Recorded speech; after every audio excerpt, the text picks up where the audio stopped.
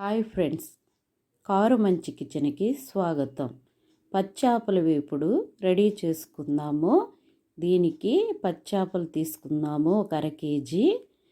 వీటిని కడిగి శుభ్రం చేసి పెట్టుకొని ఇందులో 1/2 టేబుల్ స్పూను సాల్టు, అలాగే కారం వేసుకుందాము.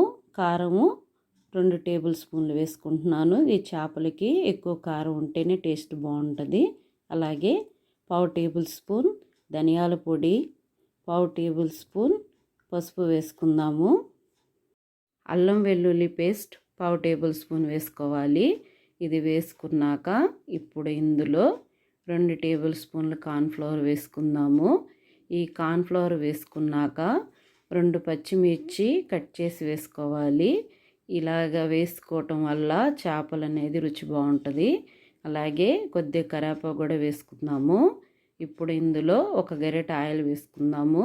ఈ ఆయిల్ వేసుకోవటం వల్ల చేపలు అనేది మెత్తదనం ఉండదండి. డీప్ ఫ్రై చేసుకునేటప్పుడు చేపలు గట్టిగా ఉంటాయి. కాబట్టి ఒక గరిటె ఆయిల్ వేసుకుంటేనే బాగుంటుంది.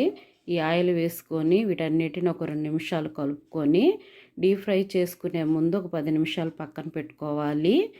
ఇలాగా పక్కన పెట్టుకున్న తర్వాత 10 నిమిషాలు అయిపోయిందండి. ఇప్పుడు చేపలు వేయించుకుందాము.